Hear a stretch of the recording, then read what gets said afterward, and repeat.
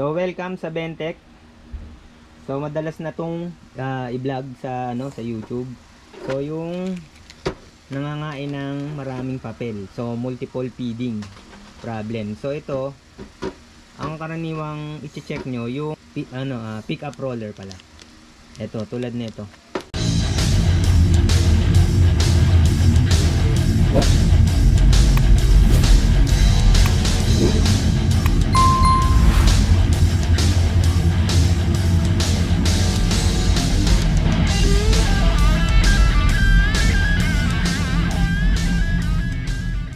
Natin mag-print tayo ng isa,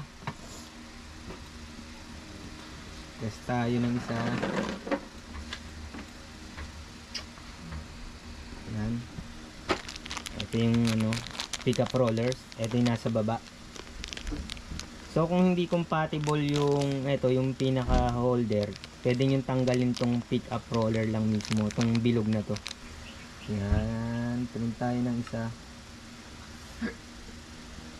Ang printer. Yan. So ang papel natin dito tatlo yung papel natin.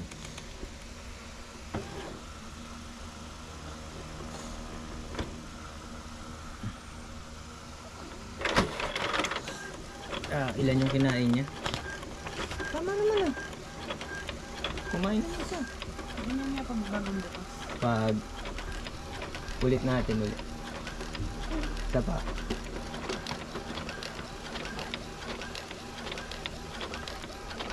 Isa pa. Pag bagong bukas, okay. Isa pa.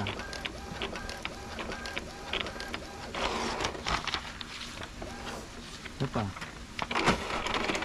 Yun. Kumain na ng dalawa. Dalawa na yung kinain niya. Okay yung una.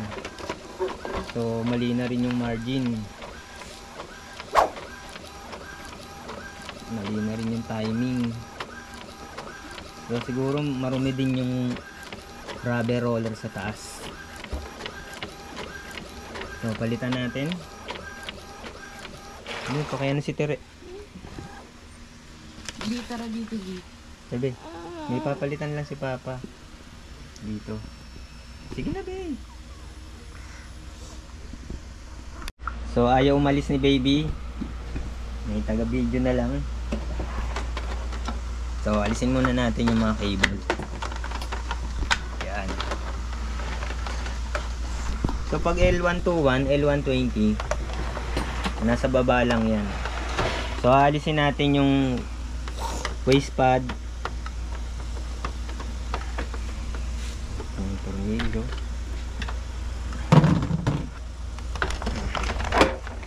Ayan. Slide.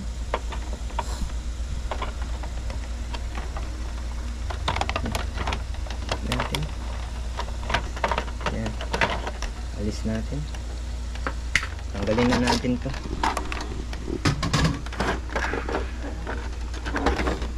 Then ito lang yung aalisin.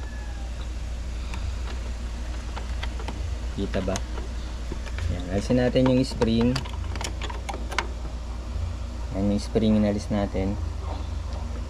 Tapos ito. Dahan-dahan lang.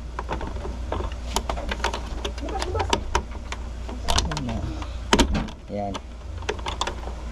Then yan, alisin natin to. Check natin. Ayun, nagpi-free flow na siya. Sira na yung spring niya sa gilid.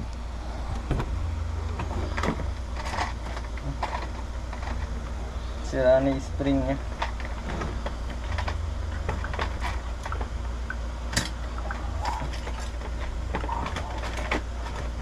Check natin.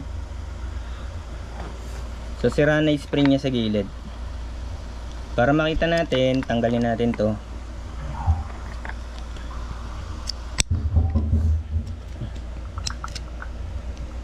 Ayan.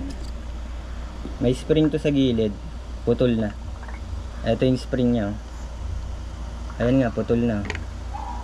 Ito yung spring. Ayan. Putol na. So ito pwedeng magamit to eh. Pwedeng ipalit. Yan, pwedeng ipalit. Pero tingnan natin kung sakto. Parang okay naman siya.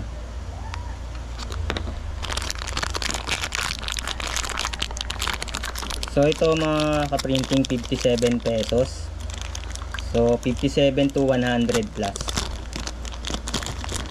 So yung dati napunit yung rubber. Natin kung sukat na sukat. Yan, sukat na sukat naman. So pagkabit, yan nyo lang dito. So itong printer na to L120. Parehas din to ng L121. So parehas din naman sa ibang printer din, kaya lang yung pagbaklas ano iba. Tapos yung housing nila dito iba. Yun.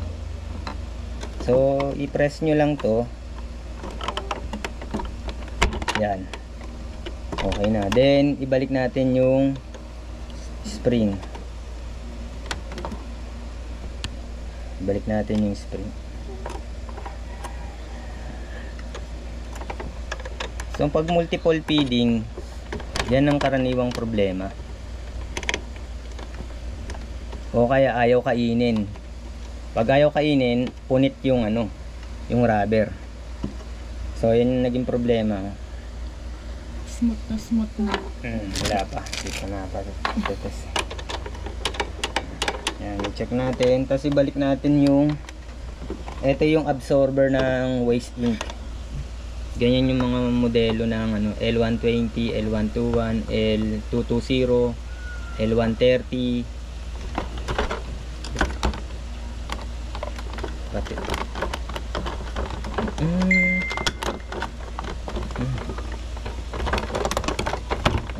Ayaw umalis ni baby. Gusto nakakalong lang. Yan. Yan. So balik na natin yung tornilyo. Asan yung screwdriver natin? Ito? Screwdriver.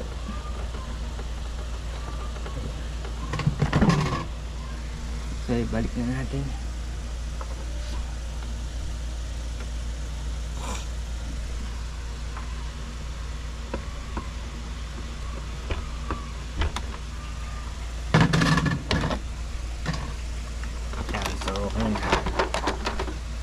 Tapos ito i-check natin.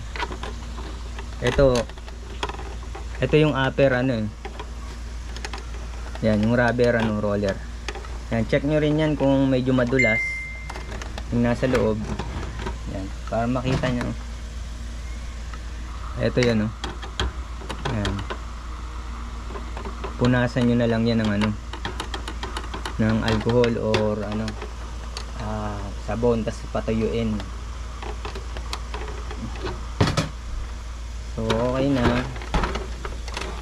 Ito. Okay, balik natin to.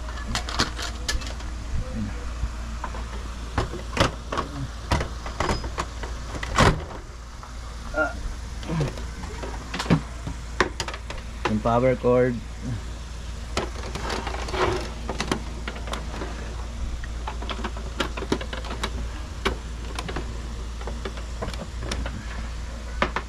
Tapos yung USB cable.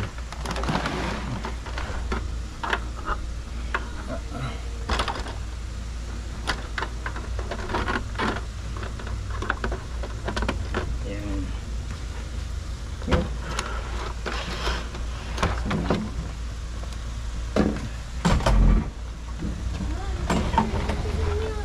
Yan.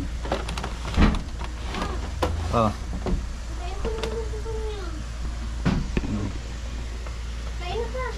Ito lang. Ayan. Kabinhan.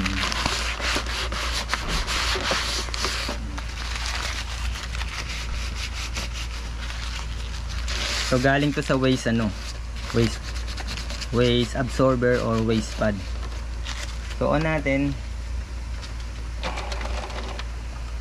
Maglagay tayo uli ng 3 papel.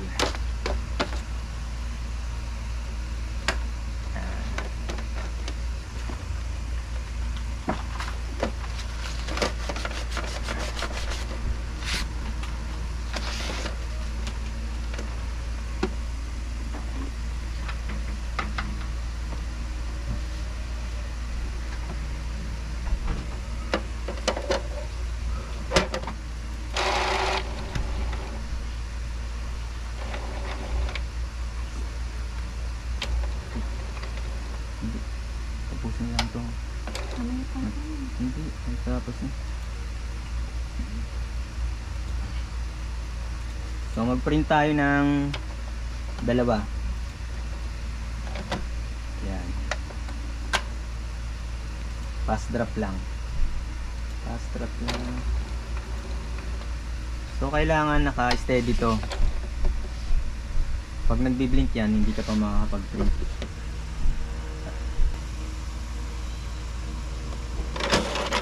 Ayan. So, mag-feed ng isa. Tama na yung margin. Ayan, tama na yung margin. Tama.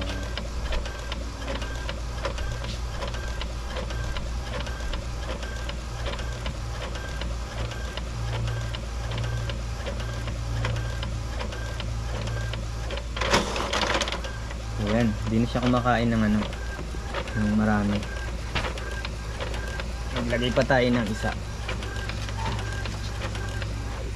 Ayan, iwas lang yung dukot, yung gilid. Parin pa tayo ng isa.